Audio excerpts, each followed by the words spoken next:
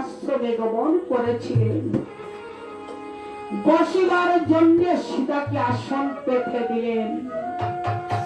সীতা মনে মনে ভাবনা করলেন, আমি তো জগতের মুখে আমার স্বামীকে আমি হারা হয়েছি, আমি তো আর কোনোদিন আমার স্বামীর সেবা করতে পারবো না।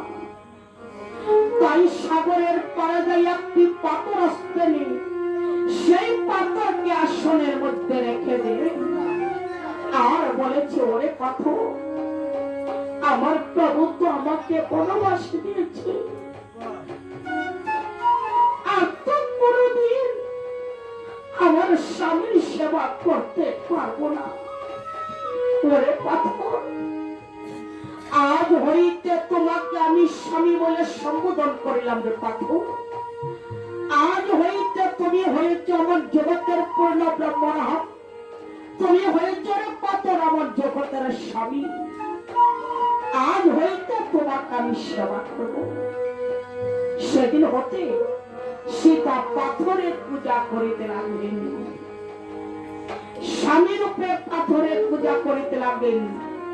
দিনের পরে দিন যেতে সবার দিনের পরে দিন আসিতেছে। সীতার যখন 10 মাস 10 দিন পূর্ণ হলো, সীতার ঘরে একটি সন্তানের জন্ম ধারণ করেছিল। বাল্মীক মুনি তার নাম রেখেছিলেন লব। লব তখন ধীরে ধীরে অনেক বড় হয়েছে। সীতা তার সন্তানকে পেয়ে মান যত দুঃখ ছিল মায়ের পা সরিয়ে গেছে। একদিন বাল্মীক মুনিকে বলেছে, পিতা, বহুদিন হয়েছে আমি সাগরের জলে স্নান করতে যাইনি, আজ আমি সাগরের দিকে স্নান করতে যাব পিতা, আমার লক্ষ্যে আপনি দেখে রেখে।